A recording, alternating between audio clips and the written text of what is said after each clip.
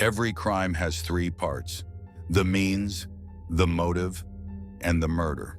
Behind every headline lies a deeper story, a puzzle of human nature, obsession, betrayal, and sometimes pure evil. We break down the evidence, examine the psychology, follow the timeline, and ask the one question that matters most. Because the truth is never as simple as it seems.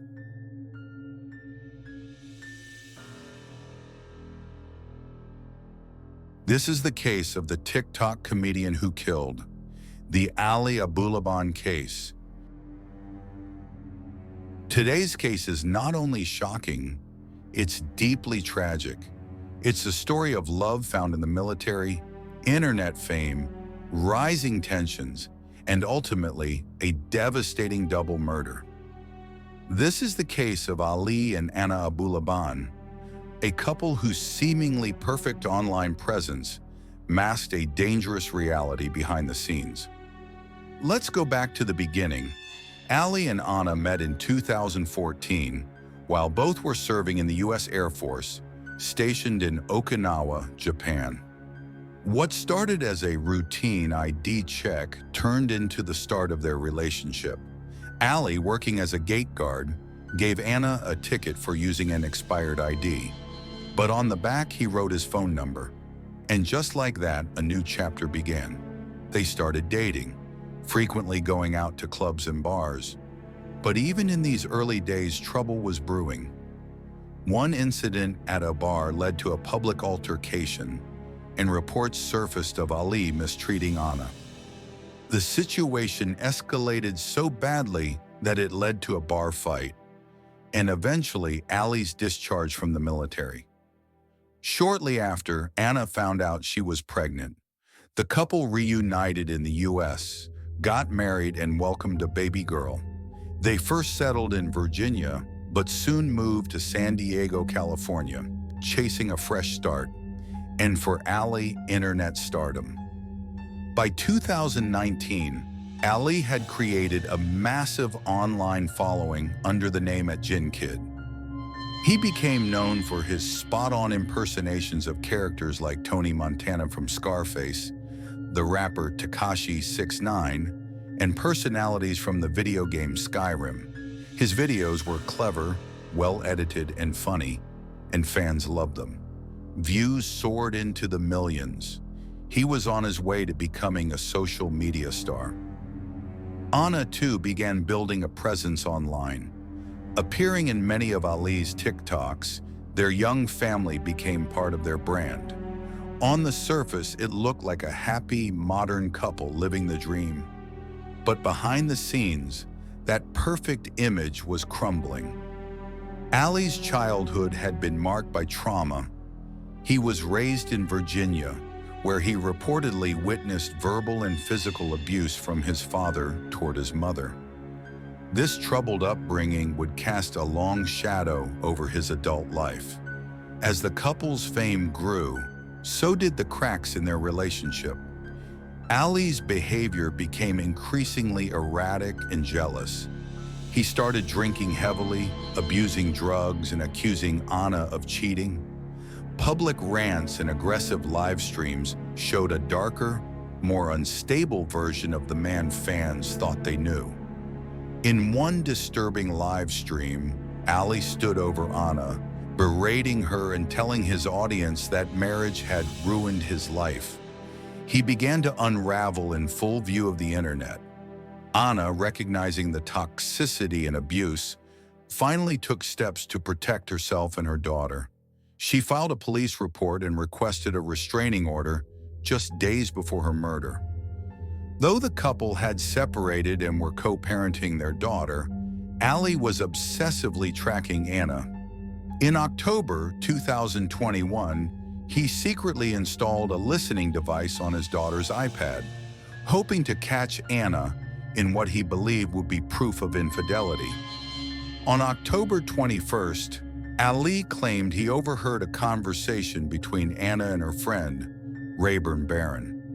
Fueled by cocaine and a dangerous level of jealousy, Ali snapped.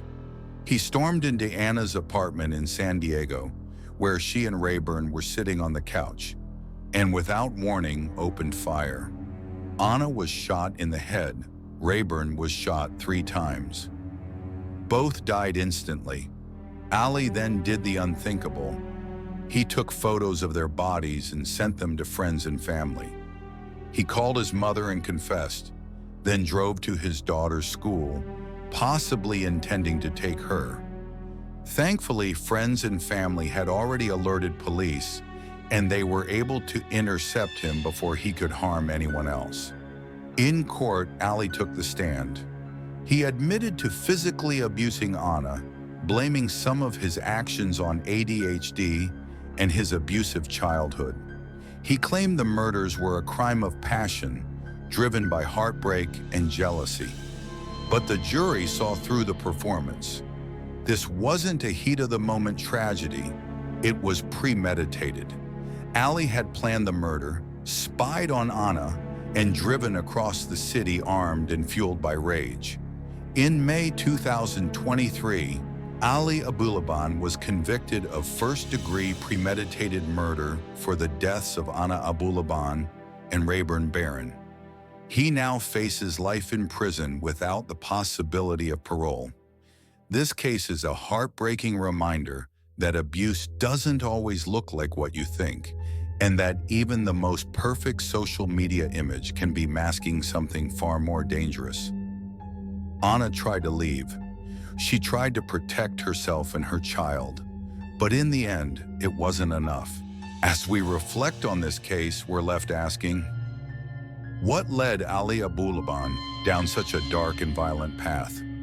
From a forensic psychology standpoint, several red flags were waving long before the murders ever happened. Ali's childhood was marked by instability, fear, and trauma. Witnessing repeated abuse, particularly when that abuse is directed at a parent, can have a deep and lasting effect on a developing mind. Studies show that children who grow up in violent households are more likely to repeat those cycles, often unconsciously, in their adult relationships. The trauma Ali endured didn't just disappear when he put on a military uniform or started filming TikToks. It followed him, and it grew. That unresolved trauma manifested in control, jealousy, and emotional volatility. These aren't just personality flaws. They're psychological warning signs, especially in intimate partner dynamics. Ali's obsession with loyalty, his fear of abandonment, his public meltdowns, all of it points to a dangerous pattern of coercive control and possessiveness, which are hallmark precursors to domestic violence. What's chilling is how jealousy became weaponized in this case. It wasn't just insecurity, it was pathological.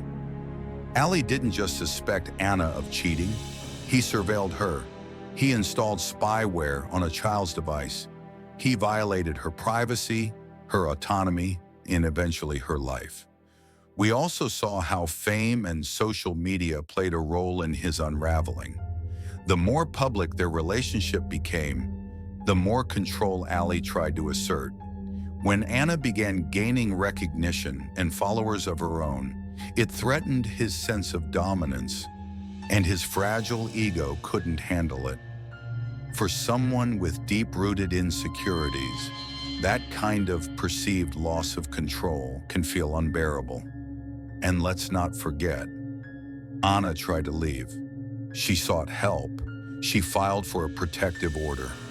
But like so many victims of domestic abuse, her abuser didn't let go. In forensic terms, this wasn't a spontaneous outburst. It was a classic case of intimate partner homicide, driven by entitlement, jealousy, and rage. Ali believed that if he couldn't have Anna, no one could, and that belief cost 2 innocent lives. This case is a sobering reminder of how unchecked trauma, toxic masculinity, and domestic abuse can collide in the worst possible way. Behind every statistic is a real story. Anna's story reminds us that red flags matter, that controlling behavior isn't love, that jealousy isn't passion, it's a warning sign.